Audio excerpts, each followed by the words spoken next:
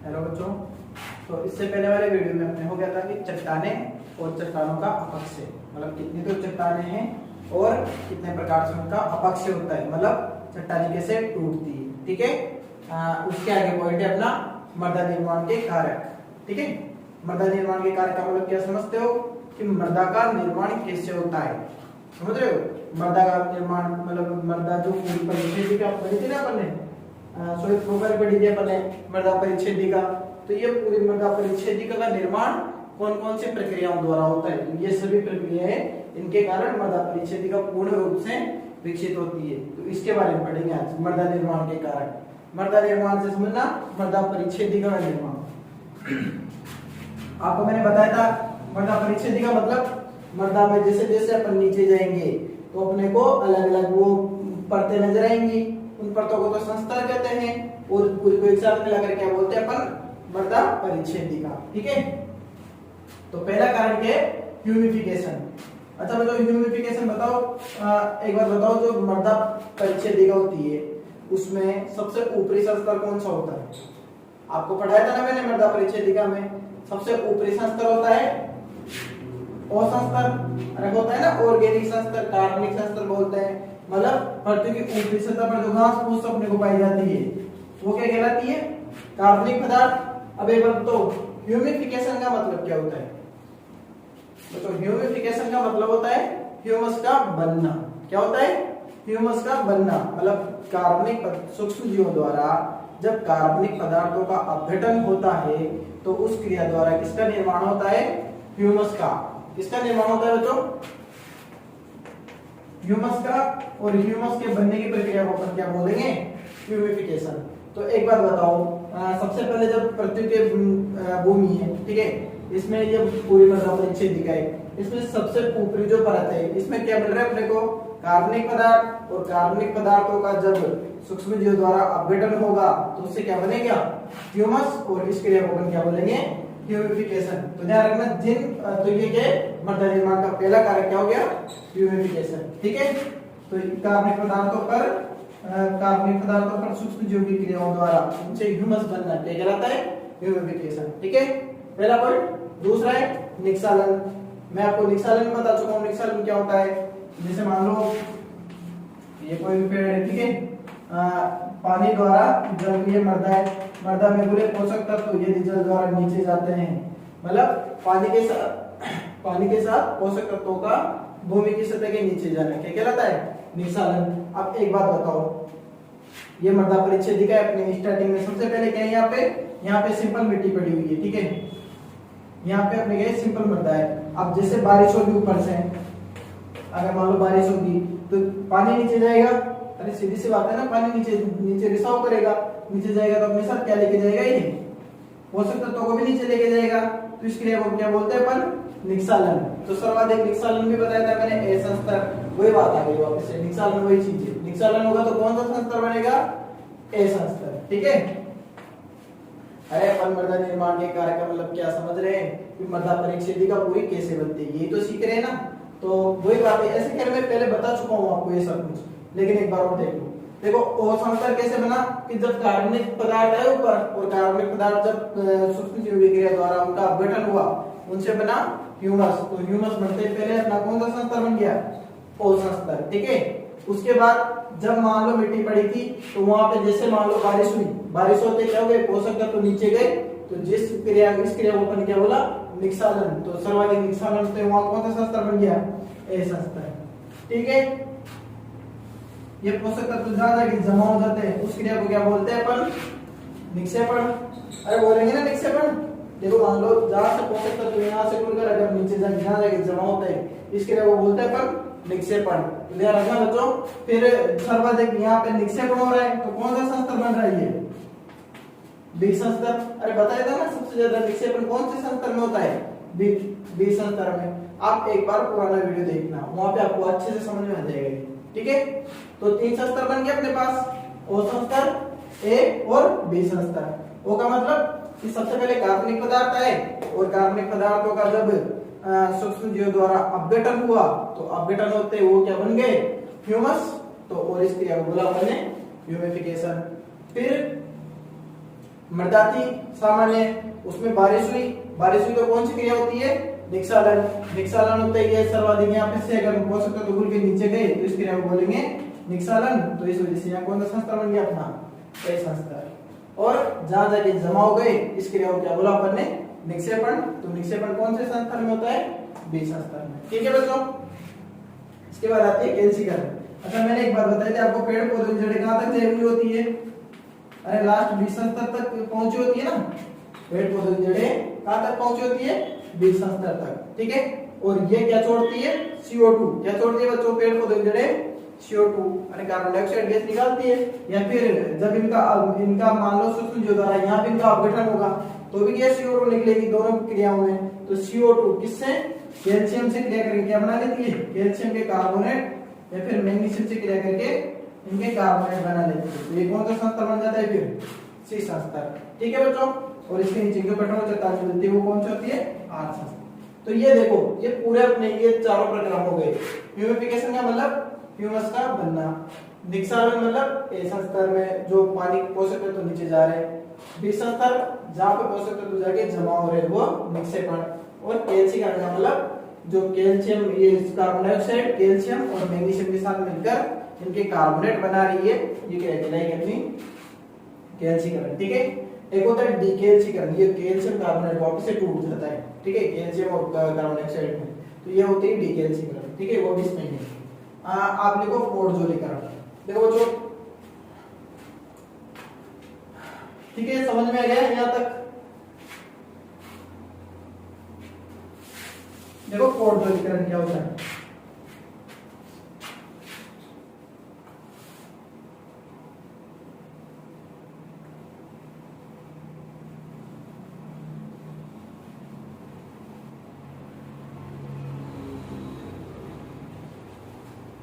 जैसे मान लो ये इंडिया है। ठीक है, तो इंडिया में ये वाला पार्ट कौन सा है, यहाँ पे बहुत अधिक बारिश होती है, अरे होती है ना बच्चों, अधिक वर्षा प्लस नम क्षेत्र है, ठंडा क्षेत्र। ठीक है, ये वाला पार्ट है, यहाँ पे क्या होती है, अधिक वर्षा तो होती है, लेकिन ये क्या है, यहाँ गर्मी बहुत साउथ का है ना, क्योंकि गर्म क्षेत्र है। तो ये चीज ध्यान रखना। अब एक बात बताओ, जैसे मान लो ये सामान्य ये कोई पेड़ है। ठीक है, ये अपने यहाँ पे जैसे यहाँ पे बारिश होगी, कोई भी भूमि है, बारिश होगी। अब एक बात बताओ, जब बारिश होगी तो कौन सी क्रिया होगी, निक्षालन की। अब एक और चीज ध्यान रखना, जो सार होते हैं, अम्ल और सार, ये सार जो होते हैं ना, ये जल के साथ अधिक घुलनशील होते हैं। तो ध्यान रखना, जिन क्षेत्रों में बहुत ज्यादा बारिश होती है वहां की मिट्टियां कौन सी होती है, अम्लीय होती है। क्योंकि जैसे मान लो बारिश होगी ना, तो सार तो घुलकर कहां चले जाएंगे, नीचे, और ऊपर क्या बच जाएगी, अम्ल। तो ध्यान रखना, जिन क्षेत्रों में बहुत ज्यादा बारिश होती है वहां की मिट्टियां कौन सी बनेंगी, अपनी अम्लीय मिट्टियां। ठीक है, क्यों, क्योंकि जो सार होंगे वो जल के साथ अधिक घुलनशील होंगे, तो वो घुलकर सार तो कहां चले जाएंगे, नीचे, और ऊपर क्या बच जाएंगे, अम्ल। यहाँ ये तो था कैल्शियम और मैग्नीशियम के सार है, तो ये कहां चले गए, नीचे आ गए ना, तो ऊपर की मिट्टी कौन सी बन जाती है, अम्लीय मिट्टियां बन जाती है। ठीक है, तो ये चीज ध्यान रखना। तो एक और बात ध्यान रखो, अब यदि मान लो अधिक वर्षा यहाँ भी हो रही है और यहाँ भी हो रही है, दोनों जगह अधिक वर्षा हो रही है ना भाई, तमिलनाडु के केरल कर्नाटक इन क्षेत्रों में भी अधिक वर्षा होती है, और असम मेघालय मिजोरम इधर भी अच्छी बारिश होती है। तो सीधी सी बात है, दोनों जगह मिट्टियां कौन सी बनेगी, अम्लीय मिट्टियां बनेगी। कौन सी मिट्टियां बनेगी, अम्लीय। लेकिन अगर मान लो ज्यादा बारिश हो रही है और वहां की जलवायु नम, मतलब ठंडे क्षेत्र इलाके वो, तो वहां सिर्फ बनेगी अम्लीय मिट्टियां, सिर्फ अम्लीय मिट्टियां बनेगी। ध्यान रखना, कौन सी बनेगी, अम्लीय मिट्टियां। और इस क्रिया को बोलेंगे अपन पोर्टजोलीकरण। ये पोर्टजोलीकरण किसे कहेंगे, अधिक वर्षा तथा नम क्षेत्रों में अधिक वर्षा के कारण वहां की मिट्टियां अम्लीय हो जाती है, इस क्रिया को अपन बोलते हैं पोर्टजोलीकरण। समझ में आया कि अधिक वर्षा वाले क्षेत्रों तथा ठंडे क्षेत्रों में अधिक बरसात के कारण वहां की मृदाएं कौन सी हो जाती है, अम्लीय। तो इस क्रिया को अपन बोलते हैं पोर्टजोलीकरण। अम्लीय क्यों होगी, क्योंकि वहां सार घुलकर कहां चले जाएंगे, नीचे, और ऊपर क्या बच जाएंगे, अम्ल। ठीक है, अच्छा दूसरी बात, अधिक वर्षा तथा गर्म क्षेत्रों में। अब देखो यहाँ नमता ठंडा इलाका, और यहाँ कौन सा क्या, गर्म इलाका, ये नीचे साउथ के है ना, साउथ इंडिया वहां पे। तो ध्यान रखना, अधिक वर्षा तथा गर्म क्षेत्रों में वहां पे क्या होता है, वहां की मिट्टियां तो अम्लीय होती है, लेकिन वहां पे क्या होता है, वहां की मिट्टियां अम्लीय के साथ वहां फेरस और एल्यूमिनियम, ये जो दोनों पोषक तत्व है ना, कौन से, फेरस और एल्यूमिनियम, ये क्या करते हैं, ये पृथ्वी की निचली सतह पर नहीं जाते, ये कहां रुक जाते हैं, पृथ्वी की ऊपरी सतह पर ही रुक जाते हैं। इसलिए वहां पे कौन सी मिट्टियां बनती है, लेटराइट मिट्टी। कौन सी मिट्टी बनती है बच्चों, ये जो एरिया होंगे इनमें कौन सी मिट्टी बनती है, लेटराइट मृदा। ठीक है, लेटराइट मृदा बनती है, इसलिए इस क्रिया को क्या बोला जाता है अपने, लेटराइटेशन। समझ गए। जहाँ पे अधिक वर्षा होगी, गर्म इलाके होंगे, वहां पे क्या होगा, फेरस और एल्यूमिनियम ये दोनों नीचे नहीं जा पाते, वो क्या रह जाएंगे, पृथ्वी के ऊपरी सतह पर। इस कारण वहां कौन सी मिट्टी बनती है, लेटराइट मिट्टी। और इस क्रिया को किस तरह क्या बोलेंगे अपन, लेटेराइजेशन। ठीक है, ये कहां पे होगा, अधिक वर्षा और गर्म वाले क्षेत्रों में। और अधिक वर्षा और नम क्षेत्रों में क्या होगा, वहां पे सिर्फ अम्लीय मिट्टियां बनेगी, और इस क्रिया को क्या बोलेंगे अपन, पौडजोलीकरण। ठीक है। अच्छा, इसके अलावा होता है लवणीकरण। लवणीकरण का मतलब क्या होता है, अरे लवणीकरण का मतलब क्या होता है, राजस्थान और गुजरात में कौन सी मिट्टियां मिलती है, लवणीय मृदा। लवणीय मृदा क्या होता है, जैसे मान लो जिन क्षेत्रों में या तो बारिश की कमी होती है, या फिर जहां का जलस्तर बहुत ऊंचा होता है, क्या होता है जलस्तर, जैसे मान लो आसपास कोई समुद्र हो ना, तो जलस्तर ऊंचा होता है, या फिर अच्छी जल निकास की व्यवस्था नहीं होती, कोई जैसे कोई खेत है वहां पे पानी भरा रहता है, वहां की जल निकास की व्यवस्था नहीं होती ना, आपने सिंचाई पढ़ा होगा जल निकास, तो पानी का निकालना खेत के बाहर, जल निकास की यदि उचित व्यवस्था नहीं होती, तो वहां पे क्या होता है, उन खेतों में ऊपर लवण जमा हो जाते हैं, तो इस प्रक्रम को अपन बोलते हैं लवणीकरण। ठीक है, समझ आएगा लवणीकरण। जिनसे जो खेत जिनका या तो जलस्तर ऊपर होता है, जैसे आसपास जलस्तर मतलब वाटर लेवल ऊपर होती है, या फिर आप बोल दो जहाँ पे सिंचाई की उचित व्यवस्था नहीं होती, तो उन एरिया में क्या होता है, लवण जमा हो जाते हैं भूमि की सतह पर, इस क्रिया को बोलते हैं अपन लवणीकरण। ठीक है बच्चों। और होता है पेडोट्रोपेशन। पेडोट्रोपेशन का मतलब ये क्या थे, अरे ये सभी संस्था की तो है ना,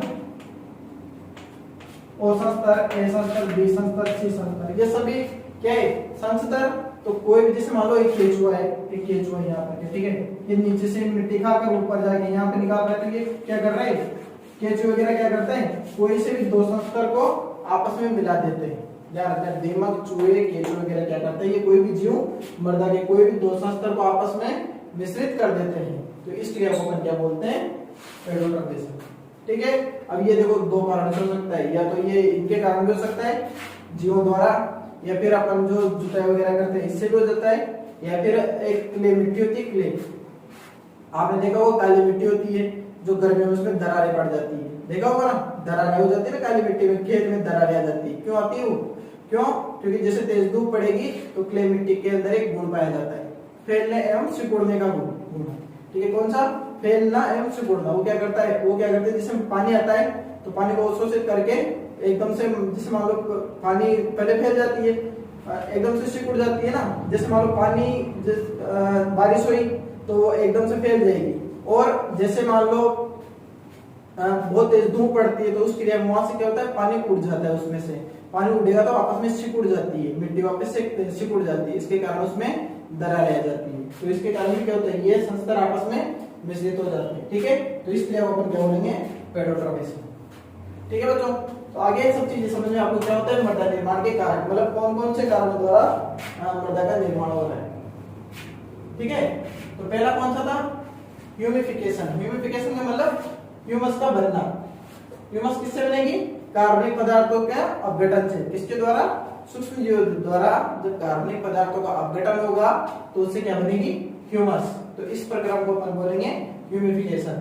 ठीक है, इससे कौन सा संस्तर बनता है, और फिर निक्षालन का मतलब जब बारिश होगी तो पानी के साथ पोषक तत्व मिलकर कहां जाएंगे, नीचे वाले संस्तरों में, तो इसके कारण क्या होंगे, ये निक्षालन होगा। ठीक है, निक्षेपण, जहां जाके पोषक तत्व जाके जमा हो जाएंगे, उस क्रिया को बोलेंगे अपन निक्षेपण। कैल्सीकरण, पेड़ पौधे की जड़ों द्वारा क्या छोड़ी जाती है, CO2, और वो कैल्शियम और मैग्नीशियम के साथ क्रिया करके क्या बना लेती है, इनके कार्बोनेट। इससे कौन सा संस्तर बनता है, C संस्तर। ठीक है, तो ये कैल्शियम, ये अम्लशीय संस्तर बन के इस क्रिया को बोलते हैं कैल्सीकरण। पौडजोलीकरण, ठंडे तथा अधिक वर्षा वाले क्षेत्रों में अधिक वर्षा के कारण अम्ल क्षार तो नीचे चले जाते हैं और वहां की मिट्टियां कौन सी बन जाती है, अम्लीय। तो इस क्रिया को क्या बोलते हैं अपन, ओर्जोनीकरण। लेटराइजेशन क्या बच्चों, लेटराइजेशन का मतलब होता है जैसे मान लो अधिक वर्षा वाले तथा गर्म इलाकों में जहाँ क्या होता है एल्यूमिनियम और आयरन का इनका ये दोनों नीचे नहीं जा पाते, तो इनकी वजह से वहां की मिट्टियां कौन सी बन जाती है, लेटराइट मिट्टी बनती है। लेटराइट होता है एकदम ईंट के समान लाल, उस मिट्टी का बनना, तो वो क्या कहलाता है, लेटराइजेशन। ठीक है।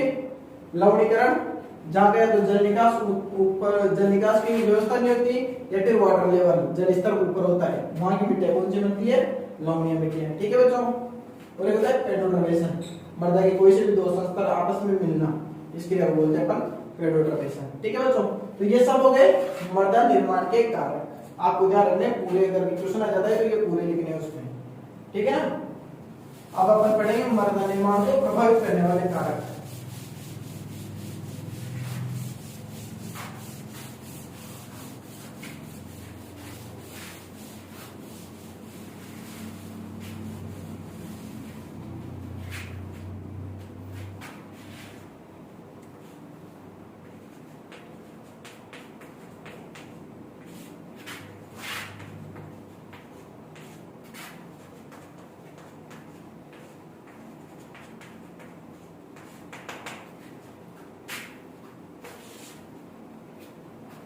देखो अपन ने वो तो क्या पढ़ लिए, मृदा निर्माण के कारक, मतलब मृदा की परिच्छेदी का जो है ना, मृदा परिच्छेदी उसका निर्माण कैसे होता है, जो पूरे कारक पढ़े। अब पढ़ेंगे इनको प्रभावित करने वाले कारक, मतलब कौन कौन से कारक है जो मृदा का निर्माण हो रहा है इस प्रक्रिया को प्रभावित करेंगे, इस पे इफेक्ट डालेंगे। ठीक है। तो ध्यान रखना, इसमें तीन वैज्ञानिकों का अलग अलग योगदान था। इसमें देखो मतलब तीन अलग अलग वैज्ञानिकों ने अपनी बात बोली थी। पहले वैज्ञानिक थे वीवी डोगुचेव। पहले क्या था वीवी डोगुचेव, अरे वीवी डोगुचेव वैज्ञानिक थे ना, मृदा विज्ञान के जनक, पेडोलॉजी के जनक, यही तो है वीवी डोगुचेव। दूसरे वैज्ञानिक है जेनी और तीसरे वैज्ञानिक थे जोफे। ठीक है बच्चों, इन तीनों वैज्ञानिकों के बारे में जानें। वीवी डोगुचेव सबसे पहले एक वैज्ञानिक थे, इन्होंने क्या बोला था, सबसे मृदा निर्माण को प्रभावित करने वाले कारकों के बारे में सबसे पहले कौन से वैज्ञानिक ने बताया था, तो बताया था वीवी डोगुचेव। कौन से वैज्ञानिक ने बताया था, वीवी डोगुचेव ने। अच्छा, दूसरे वैज्ञानिक जिन्होंने मृदा निर्माण की समीकरण दी थी, तो यह समीकरण जो उन्होंने ये जो दी थी CL, ध्यान रखना। तो डायरेक्ट क्वेश्चन बनता है कि मृदा निर्माण को प्रभावित करने वाले कारकों की समीकरण कौन से वैज्ञानिक ने दी थी, तो किस वैज्ञानिक ने दी थी, वो जेनी ने। ठीक है। और जोफे थे, इन्होंने क्या किया, ये जो पांचों कारक है ना, इन कारकों को इन्होंने क्या किया, इन कारकों को इन्होंने क्या किया, दो भागों में विभाजित कर दिया, सक्रिय तथा निष्क्रिय।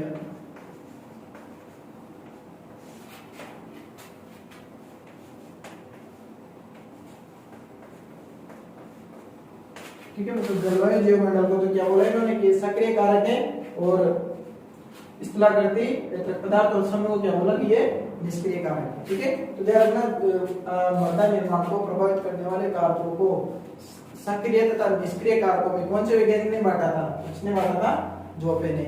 मृदा निर्माण के कारकों की समीकरण किसने दी थी, तो वो दी थी जेनी ने। और सबसे पहले मृदा निर्माण के कारकों के बारे में बताया था, तो किसने बताया था, वीवी डोगुचेव ने। इन्होंने तीन ही बताया था, सबसे पहले दिया था, इसके अनुसार इन्होंने क्या बोला था कि मृदा निर्माण को कारकों कौन कौन कितने कारक है जो मृदा निर्माण को प्रभावित करते हैं, सिर्फ तीन। कौन कौन से, जलवायु, जीवमंडल और पेट्रोल पदार्थ। ठीक है। तो इनमें से तीन क्या बोला था। फिर कौन से अपने जेनी ने क्या बोला, एक समीकरण दी थी पूरी जो समीकरण इसके बारे में, और जोफे ने दिया फिर सक्रिय और निष्क्रिय कारक। ठीक है बच्चों। तो ध्यान रखना, सबसे पहले इतना सा याद रखना आपको, तो कि सबसे पहले कौन से वैज्ञानिक ने दिया था, तो वो दिया था डोगुचेव ने। इसकी मृदा निर्माण को प्रभावित करने वाले कारकों की समीकरण किसने दी, तो वो दी थी जेनी ने। और इसको सक्रिय तथा निष्क्रिय कारकों में किसने बांटा, वो बांटा था जोफे ने। ठीक है बच्चों। देखो अब मृदा निर्माण को जो प्रभावित करने वाले कारक है ना, कौन कौन से हैं? एक तो है जलवायु, दूसरे कौन से हैं? जीवमंडल, तीसरी कौन सी है?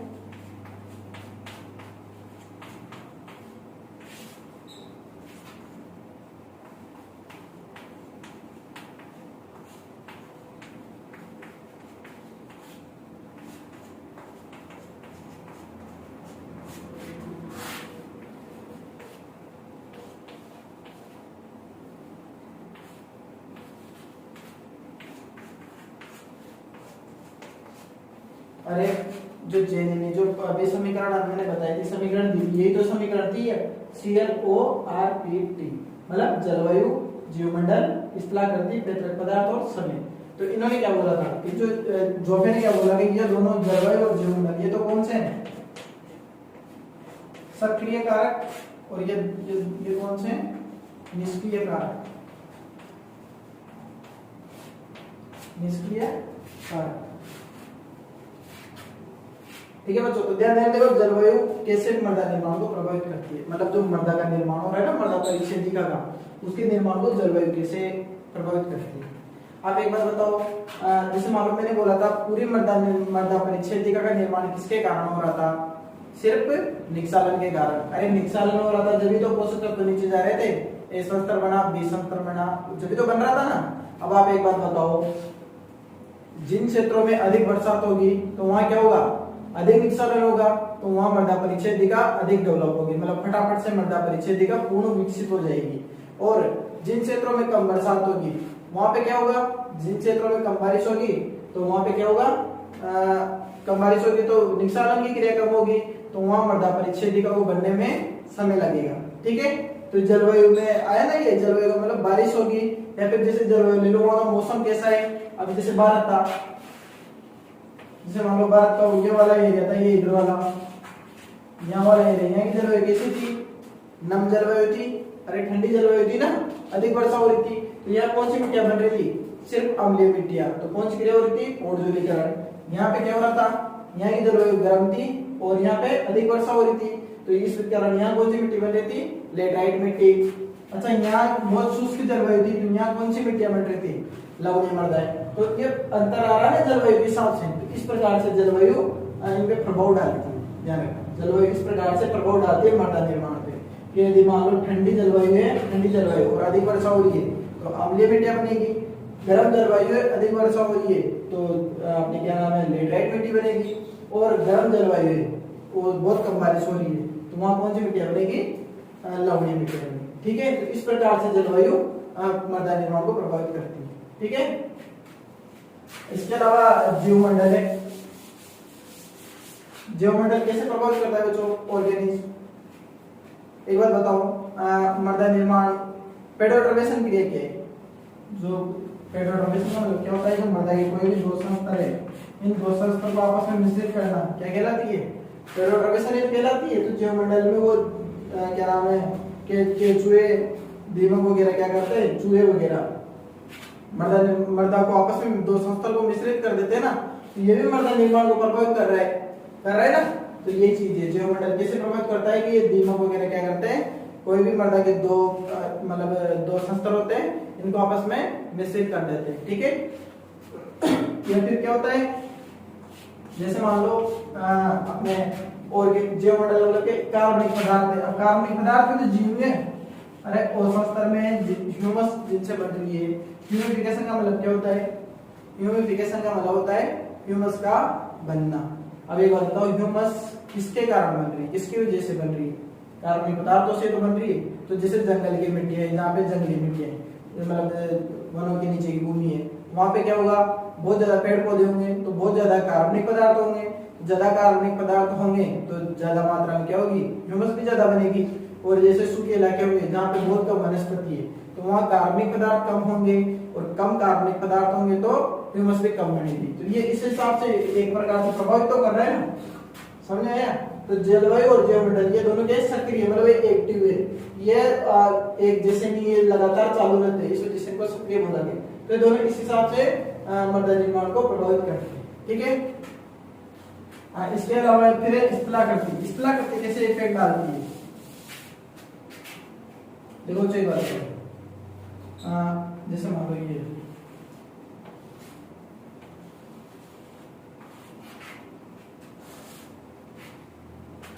जैसे ये दो जगह है, जैसे मान लो तो कोई पहाड़ है और एक सिंपल जगह है। अगर जैसे मान लो यहाँ पे बारिश हो रही है और यहाँ पे एक बारिश होती है, दोनों जगह बारिश होती है, एक बात बताओ ज्यादा मात्रा में निस्सारण कहाँ पे होगा? निस्सारण का मतलब पानी का पोषक तत्व के साथ खुलकर नीचे जाना, तो यहाँ जाएगा या यहाँ पे जा पाएगा? सीधी सी बात है यहीं पे जा पाएगा। क्यों? क्योंकि यहाँ की स्थलाकृति कैसी है, स्थल मतलब यहाँ स्थलाकृति एकदम समतल है, तो ज्यादा समतल है तो पानी ज्यादा अंदर जा पाएगा, सीधी सी बात है। अब मान लो जैसे जहाँ पे जहाँ जल्दी नीचे जा रहा है तो पहले निस्सारण होगा, अरे निस्सारण क्रिया होगी, फिर निक्षेपण होगी, फिर वापस से वो पूरी मृदा परिच्छेदिका पूर्ण रूप से विकसित हो जाएगी। यहाँ तो अरे पूरी मृदा परिच्छेदिका विकसित हो जाएगी ना, क्यों? क्योंकि निस्सारण अच्छे हो रहा है। यहाँ पे क्या होगा, जैसे मान लो बड़े पहाड़ी क्षेत्र है तो पानी बेगे नीचे चला जाएगा, तो इस हिसाब से यहाँ पे क्या होगा, यहाँ की मृदा परिच्छेदिका पूर्ण रूप से विकसित नहीं हो पाएगी। कारण क्या है? क्योंकि यहाँ की स्थलाकृति ठीक नहीं है, स्थलाकृति मतलब एक समतल नहीं है, तो क्या होगा, यहाँ पे निस्सारण क्रिया नहीं होगी, और निस्सारण नहीं होगा तो यहाँ पे क्या नाम है, मृदा परिच्छेदिका पूर्ण रूप से विकसित नहीं हो पाएगी। ठीक है बच्चों, तो ये चीज ध्यान रखना, स्थलाकृति ऐसे इफेक्ट डालती है। ठीक है, कैसे? जहाँ की स्थलाकृति समतल होगी वहां पे निस्सारण बढ़िया होगा, और अच्छा निस्सारण होगा तो मृदा परिच्छेदिका पूर्ण रूप से विकसित हो जाएगी। और जहाँ की स्थलाकृति सही नहीं है वहां पे जहाँ की स्थलाकृति ठीक नहीं है वहां पे निस्सारण नहीं होगा, और निस्सारण नहीं होने की वजह से मृदा परिच्छेदिका बहुत लंबे समय में विकसित होगी। एक और बात बताऊं, यहाँ से जेड क्वेश्चन आता है जेड 2019 का, कि निम्न में से कौन सा एक मृदा निर्माण का कारक है जो ऊंचाई तथा ढलान से संबंधित रखता है? ये 2020 का क्वेश्चन था कि निम्न में से कौन सा मृदा निर्माण को प्रभावित करने वाला कारक है, इन पांचों में से निम्न में से कौन सा एक मृदा निर्माण को प्रभावित करने वाला कारक है जो ऊंचाई तथा ढलान से संबंधित है? मतलब ये देखो ना, ये ऊंचाई और ढलान यही तो है, इसका इन दोनों का कोई काम ही नहीं है, इसका भी नहीं है काम, तो स्थलाकृति है वो। ठीक है, तो ये बस ऐसे क्वेश्चन बनते हैं, आपके कंसेप्ट क्लियर होने चाहिए।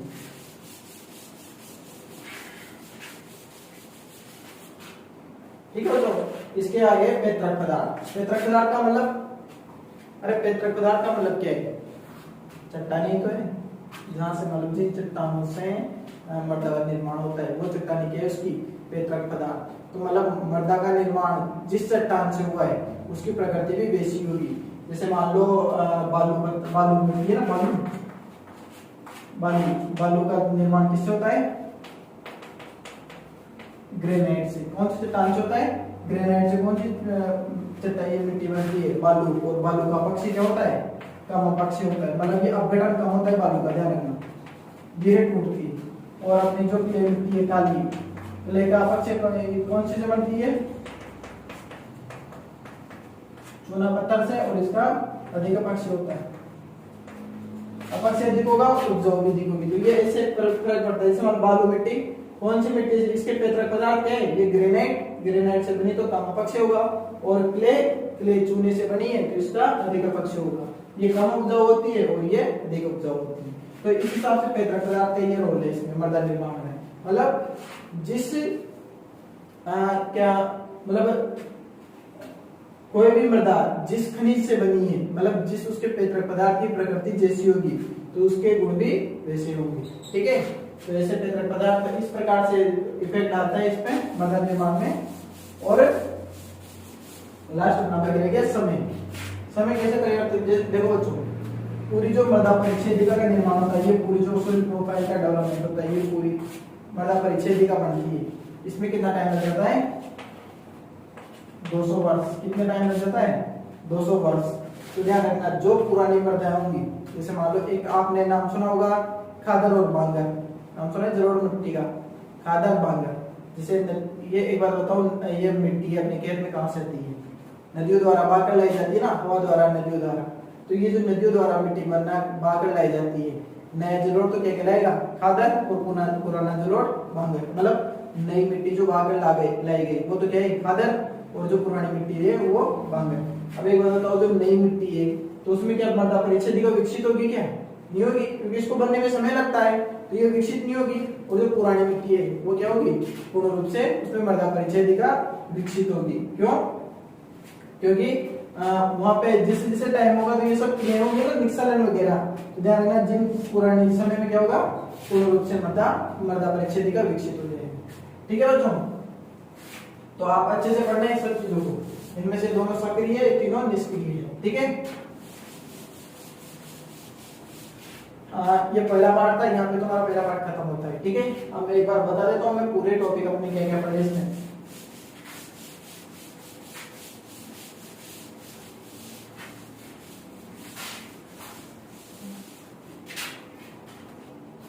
देखो, सबसे पहले पढ़ा था अपन ने मृदा एवं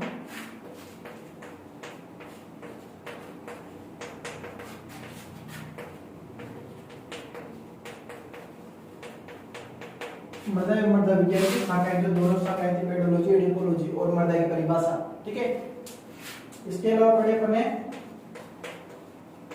मृदा के कार्य। मृदा के कौन से कार्य थे? मृदा के अवयव, मृदा के कौन से अवयव हैं? ठीक है, 50% ठोस, 50% तंत्रावकाश। इसके बाद पढ़े अपने पृष्ठ मृदा,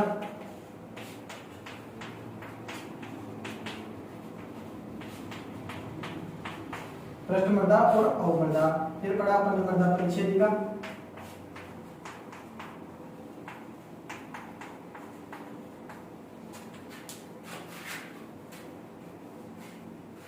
मृदा परिच्छेदिका।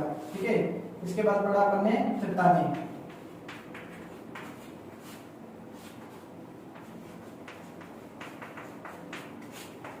चट्टानों का अपक्षेद।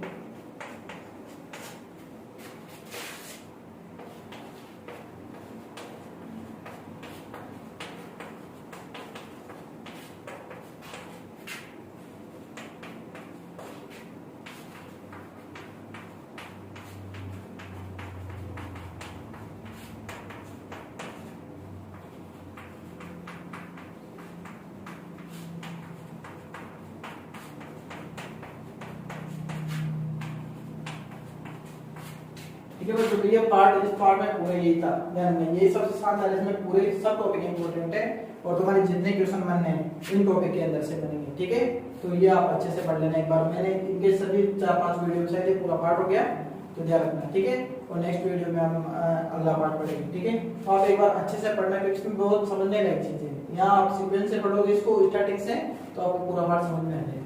ठीक है बच्चों, अच्छे से पढ़ाई करना, ऑल द बेस्ट।